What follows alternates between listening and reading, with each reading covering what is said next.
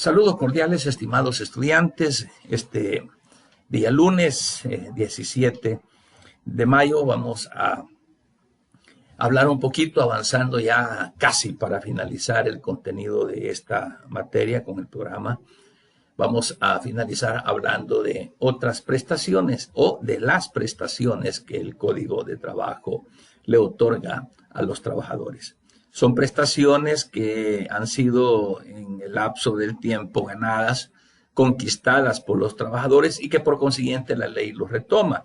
Desde, por ejemplo, los instrumentos internacionales, la legislación internacional, los tratados, los convenios, la OIT y todas aquellas regulaciones jurídicas que hablan acerca de estos conquistas de los trabajadores. Luego entramos a lo que es nuestra Constitución y luego también lo que describe el Código de Trabajo en relación a las prestaciones a las que tiene derecho los trabajadores. Vamos a hablar sobre eso en esta clase. En la próxima clase vamos a estar hablando un poco acerca de reformas legislativas, reformas que ha tenido el Código de Trabajo, para que veamos en algunos artículos cómo funcionaba antes y en qué aspectos se ha reformado la ley como tal, ¿verdad? El Código de Trabajo, que eso es bien importante. Y recuerden que la próxima semana estamos ya por defender los temas que estamos investigando para ir finalizando ciclo. La otra semana finalizamos ciclo. Así es que vamos a finalizar con la ponencia de los temas que cada uno de ustedes tiene. Muy bien.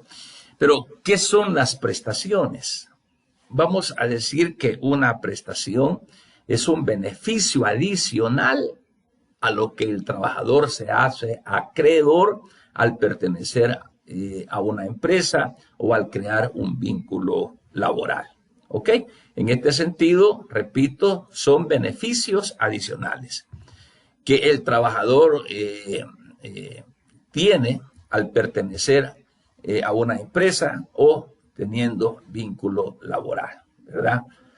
En este sentido, vamos a decir que las prestaciones nacen en la relación contractual y serán independientes al salario. Es decir, el salario es una cosa totalmente aislado a lo que son las prestaciones. El salario no es una prestación. El salario es la remuneración que el trabajador gana por el servicio o la fuerza laboral prestada. En este sentido, entonces, el salario no es una prestación, sino que adicional al salario son todas aquellos beneficios adicionados al trabajador. Por consiguiente, nacen, como dije hace un momento, de la relación contractual y serán independientes, repito, van a ser independientes al salario, ¿sí?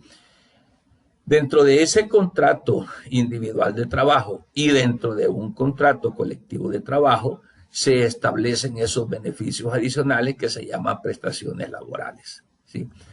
Eso es y va siempre en beneficio económico, beneficio cultural, médico, es decir, porque la ley misma establece algunas obligaciones que todo patrón debe de otorgar a sus empleados. Eso es bien importante.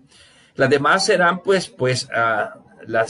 hay prestaciones de ley y hay prestaciones contractuales, porque las prestaciones, por ejemplo, económicas, culturales, médicas, están ahí en el código, pero hay otras prestaciones que no están en el código que el patrón las puede ofertar al trabajador mediante un contrato individual o un contrato colectivo de trabajo. Entonces, esas son las que se acuerdan de mutuo, ¿ok?, consentimiento de las partes en ese contrato que se celebra, que son aparte. Por ejemplo, si es un contrato individual, son las que acuerda el trabajador con el patrono. Si es un contrato colectivo de trabajo, son las que acuerda el sindicato con el patrono. En este sentido, ellos consiguen beneficios, mayores beneficios posibles para que los trabajadores puedan gozar de ellos. Entonces ya dije que las prestaciones laborales son beneficios adicionales a los que el trabajador se hace acreedor al pertenecer a una empresa o teniendo vínculo laboral. ¿Ok? Entonces una prestación no es un salario, el salario es la remuneración del esfuerzo laboral, del servicio que se presta. ¿Ok? Entonces eso es lo que hace prácticamente el trabajador juntamente con el patrono, también mediante los contratos individuales o colectivos acuerdan beneficios adicionales. A eso se le llaman prestaciones laborales. Hemos estado viendo que los trabajadores por ley tienen derecho, ¿verdad?, a ciertas prestaciones laborales.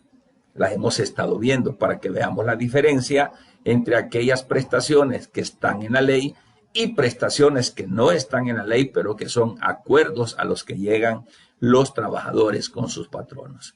Por ejemplo, los trabajadores tenemos derecho a horas extras, a que se nos pague la hora extra, es decir, el tiempo que sale después de las 8 horas laborales, de mutuo acuerdo con el patrono. También tenemos derecho los trabajadores a un descanso semanal, que ya lo veíamos. Muchas empresas trabajan hasta las 12 del sábado, del mediodía, domingo no lo trabajan, ese es un descanso semanal. También tenemos la vacación anual. La vacación anual, hablábamos de aquellos 15 días y que el trabajador tenía derecho al 30% de su salario. Y adicional, pues, es decir, se le pagan los 15 días, descansan los 15 días y adicional el 30%. También tenemos los días de asueto. Dentro de los días de asueto veíamos, por ejemplo, el 25 de diciembre, el 1 de enero, el 15 de septiembre, ahora el 10 de mayo, el Día de la Madre, el 2 de noviembre. Estos son los días de asueto que la ley ya está enmarcándola como tal, a las que por Ministerio de Leyes los patronos están en la obligación de darlas. El aguinaldo también, que es el tema recién visto en la clase anterior, y por consiguiente, pues el aguinaldo, ya decíamos que es una prima por año que los patronos dan a los trabajadores.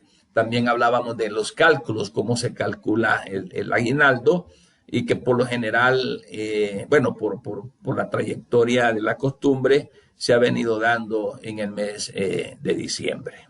Así es que esas son prestaciones que la ley ya establece que hay que darlas. Y también, además de esas prestaciones que estoy hablando, hay otras prestaciones, que son las que la ley no dice, pero que sí son el acuerdo entre el trabajador y el patrono. De tal manera, entonces, de que conviniendo ambos, como dije hace un momento, ya sea a través del contrato individual de trabajo o a través del contrato colectivo de trabajo, el patrono se compromete con el trabajador a dar esas otras prestaciones. Un ejemplo, darle uniforme, por ejemplo, comprarle zapatos, que cada mes el patrono le va a dar una canasta de víveres, por ejemplo, que le va a pagar, le va a ayudar con los útiles escolares a los hijos, por ejemplo. Y en fin, así un sinfín de prestaciones que la ley no las dice, pero que es el acuerdo al que han llegado los patronos con los trabajadores.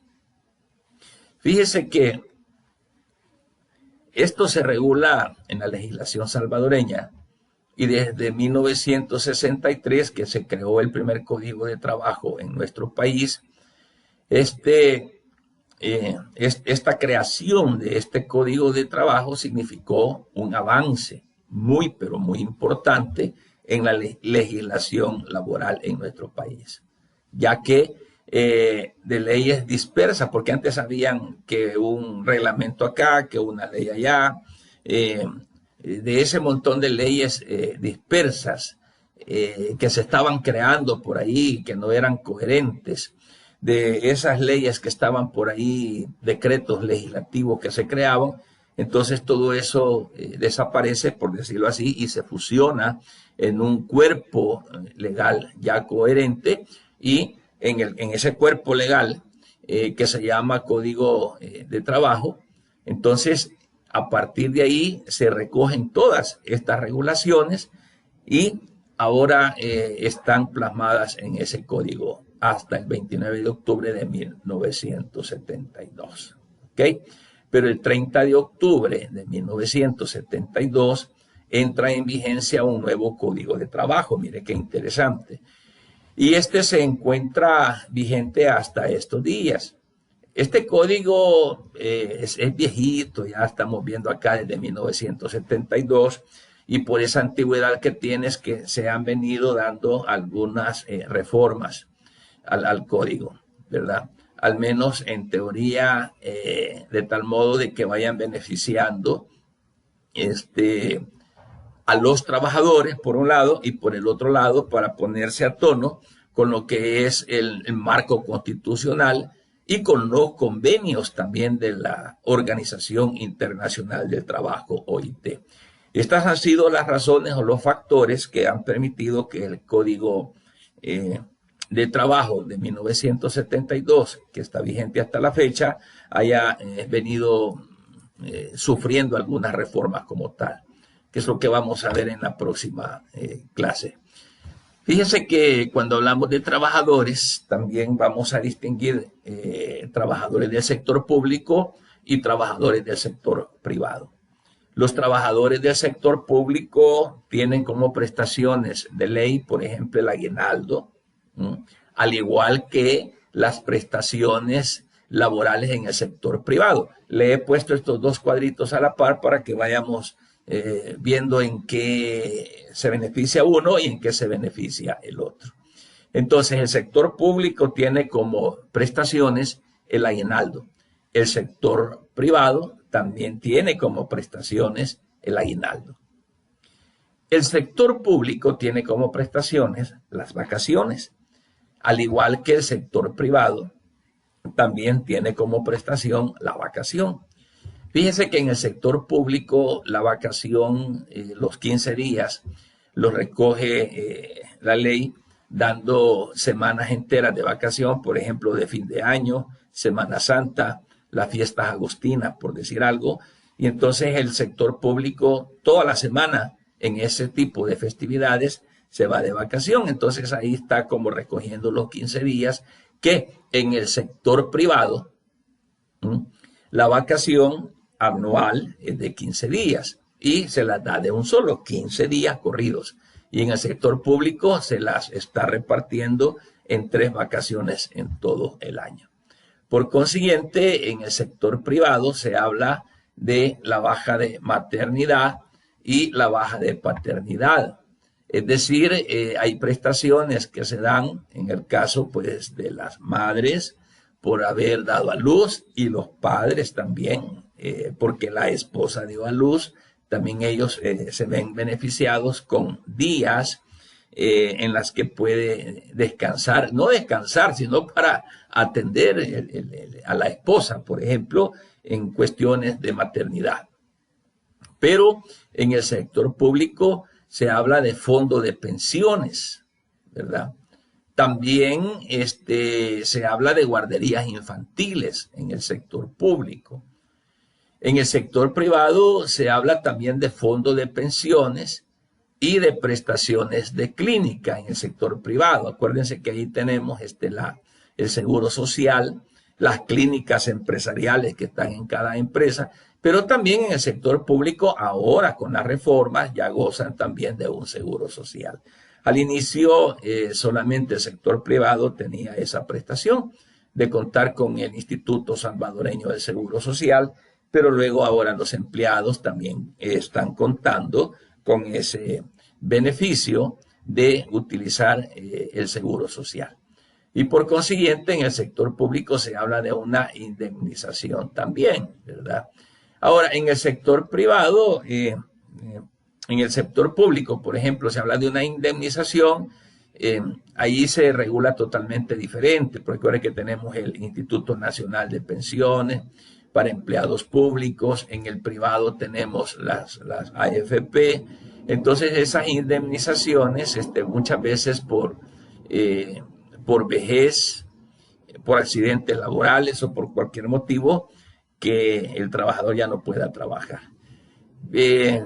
En cuestiones de despido igual, ¿verdad?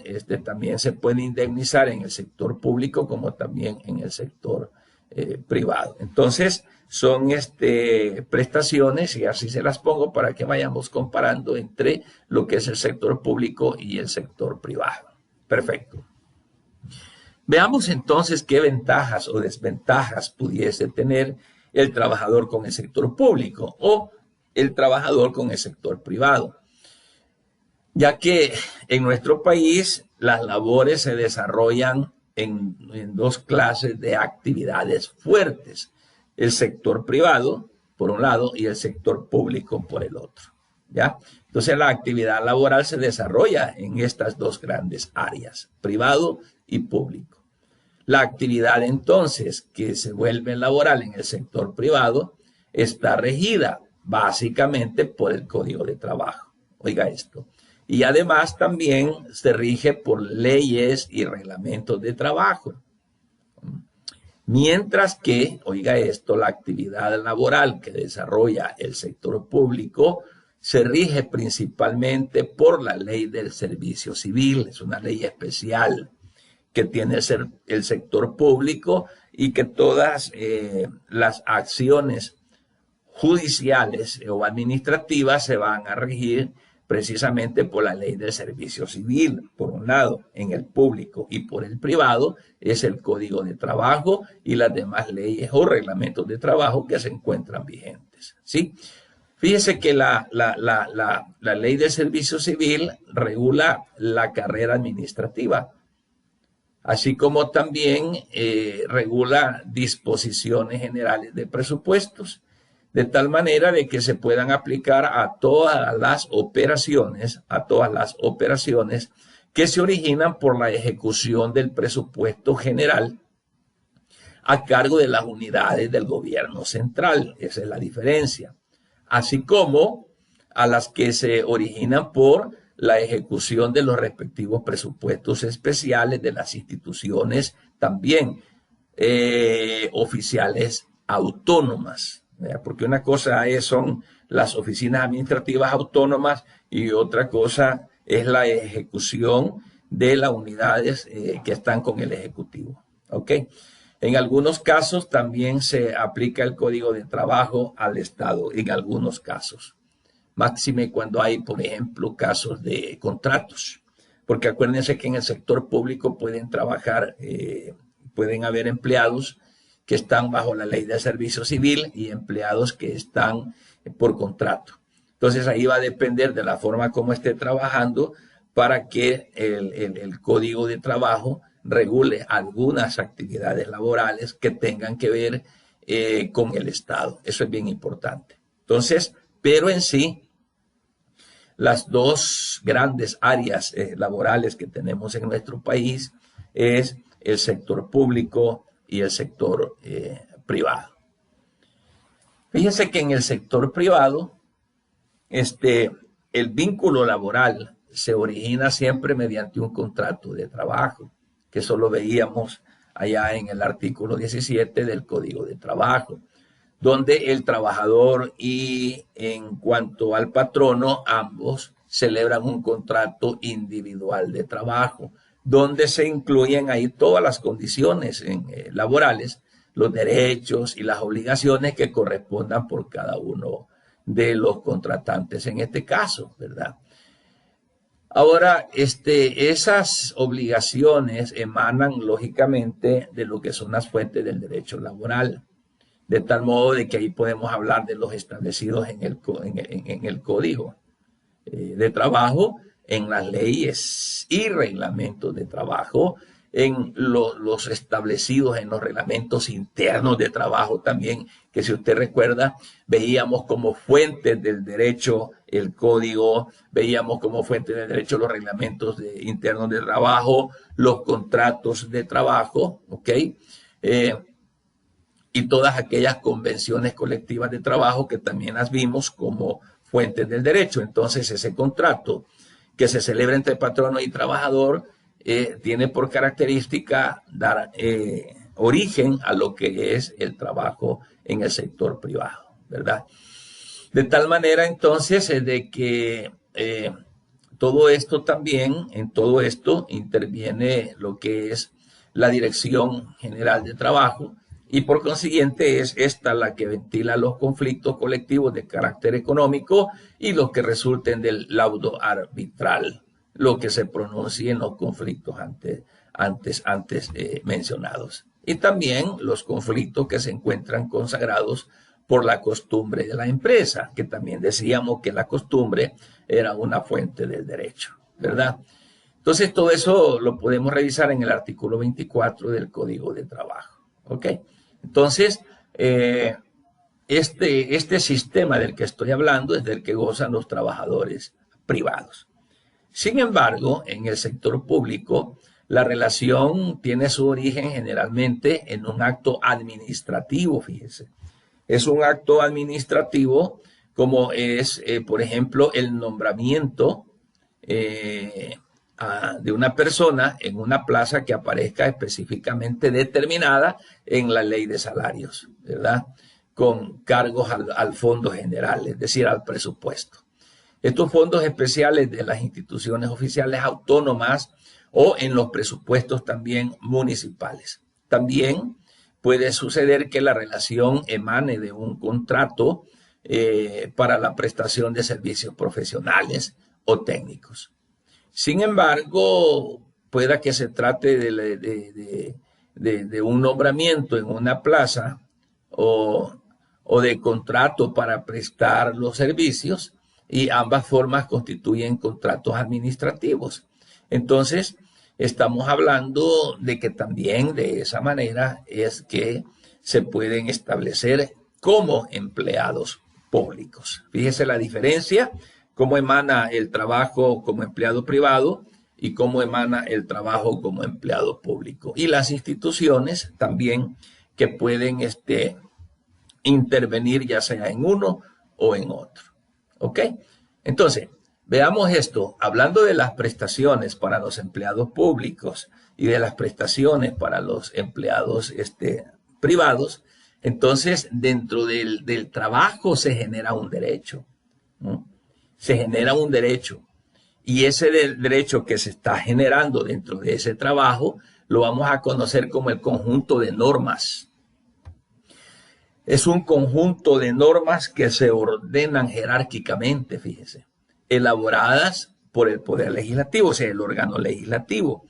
Las leyes las crea el órgano legislativo, y este órgano legislativo es el que ha creado el derecho, o sea, el conjunto de normas de forma ordenada y jerárquicas que van a regular la conducta del trabajo, ¿sí? Entonces, de tal manera de que esta legislatura con la potestad que tiene de regular esas relaciones laborales es que procura el derecho, es decir, lo crea, ¿verdad? Con este conjunto de normas son creadas por ellos, y por consiguiente esa norma que ha sido creada por la Asamblea Legislativa que habla del derecho laboral es de obligatorio cumplimiento. Es de obligatorio cumplimiento. Por un lado, y por el otro lado, regula también esa convivencia humana, regula esa relación entre lo que es el trabajador y lo que es el patrono. Entonces, eso es el derecho y el trabajo, que son dos cosas que están totalmente vinculadas por la ley. Y también decíamos que el trabajo es toda actividad humana, racional, ordenada, que requiere un esfuerzo físico o intelectual, que va dirigida hacia un fin, y que por el otro lado también tiene el derecho, el trabajador, de recibir una remuneración por ese servicio que está prestando, y que esa remuneración se llama salario. Y que también decíamos, si usted recuerda, de que cuando hablamos de esa remuneración, algunos dicen sueldo. Yo preguntaba cuál es la diferencia entre sueldo y salario. Pues no, a lo mejor en otras regulaciones se habla de sueldos, pero en nuestro código se habla de salario. Entonces, ese salario es el resultado, o sea, es la remuneración que recibe el trabajador por el desempeño de una actividad física o de un servicio que presta a otro que se llama patrón. Entonces, esto está regulado en el derecho como tal, ¿verdad? De tal manera de que también desde el inicio de la cátedra hemos venido hablando acerca de los derechos laborales. Hemos venido hablando de los derechos y cómo se han venido adquiriendo esos derechos. Esos derechos se han venido adquiriendo con luchas de años. Recordemos que antes el trabajo no se veía como trabajo, era una actividad forzosa. Hablamos de la esclavitud, por ejemplo, donde las personas trabajaban sin horario, sin días de descanso, sin salario. Eran como objetos las personas que estaban al servicio de señores feudales en aquellos tiempos. Imagínense que desde tantos años hasta acá se vinieron gestando luchas, se crearon, por ejemplo, sindicatos, personas que hablaban por otros, que hasta ofrendaron sus vidas en la lucha, porque los patronos, el capitalista, no podía dejarse, porque eran intereses que estaban en juego en favor de los patronos y no de los trabajadores. Pero a medida se vinieron cumpliendo todo este tipo de actividades o luchas o conquistas, es que se fue también adquiriendo el derecho laboral. Por consiguiente, desde aquellos tiempos hasta hoy, esos derechos laborales que se han conquistado son irrenunciables. Oiga esto, los derechos laborales son irrenunciables. Aunque, por ejemplo, vengamos hablando de medidas conciliatorias entre el patrono y el trabajador, conciliar no quiere decir, no significa renunciar a los derechos laborales. Una cosa es que podamos conciliar aspectos que no dañen o aspectos que vayan a lo mejor en una medida equitativa entre lo que es el trabajador y el patrono, ¿verdad? Cuando tal vez el patrono, y lo hemos venido diciendo, por ejemplo, el patrono le da o le impone horas extraordinarias a los trabajadores. No es que se las imponga, el trabajador debe de estar de acuerdo, o sea, concilian, se ponen de acuerdo en cuanto a realizarlas o no. Entonces, conciliar no significa pues renunciar a los derechos laborales, sino pues procurar mediar en cuanto a situaciones que puedan favorecer y que no vayan tampoco en detrimento del trabajador. Porque hay casos en que los patronos se aprovechan de la necesidad del trabajador y estos obligan en cierto modo al trabajador porque el trabajador tiene miedo a perder el trabajo. Y el trabajador dice, y si me quitan de acá, trabajo no hay, ¿hacia dónde me voy a ir? Tengo necesidad, tengo familia, y dada la situación es que algunos patronos se aprovechan de ello y entonces abusan de los intereses de los trabajadores. Por eso es de que no se puede. Y si hay una conciliación, tiene que ser pues también mediante esa voluntad propia que nace del trabajador, no bajo presión, no bajo amenazas por las necesidades, ¿verdad? Entonces, no podemos renunciar a esas prestaciones de las que hemos venido hablando, ¿verdad? Por ejemplo, las vacaciones. No, patrón, no se preocupe, yo voy a seguir trabajando. Usted no puede renunciar a ellas, al menos que de mutuo consentimiento le diga el patrón, mira, me vas a ayudar porque aquí necesito avanzar con la producción, yo te voy a pagar tu vacación, te voy a pagar tu 30% y adicional te voy a dar lo que vas a ganar por venir, ¿verdad? Solo así.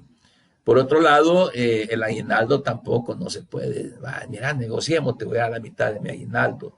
No se puede renunciar a este tipo de derechos que los trabajadores tienen, ¿ok? no podemos renunciar tampoco a las indemnizaciones, no podemos renunciar al derecho de que nos inscriban en el Instituto Salvadoreño del Seguro Social, porque son prestaciones que de alguna manera, pues, que han sido conquistadas, están en la ley y el patrono está en la obligación de proveer, de dar, de asistir a cada uno de los trabajadores, tal cual, por un lado, decíamos hace un momento, está prescrita en la ley, y por el otro lado, aquellas prestaciones adicionales que no están en la ley, pero que están contempladas en el contrato individual de trabajo o en el contrato colectivo de trabajo, ¿sí? O aquellas que por costumbre el patrón las ha estado dando en materia de derecho laboral. La costumbre se vuelve ley en materia laboral y por consiguiente, volviéndose ley en materia laboral la costumbre, entonces tiene que cumplir ahora el trabajador, el patrón. Imagine que el patrón le diga, no, si yo de mi voluntad te he estado dando la canasta básica, pero ya no te la voy a dar. Ah, no, pero si ya se la había empezado a dar, entonces sí es de ley, es obligatorio que debe de continuar con esa costumbre. Porque en materia de derecho, la costumbre es una fuente del derecho laboral y se vuelve ley. ¿Ok?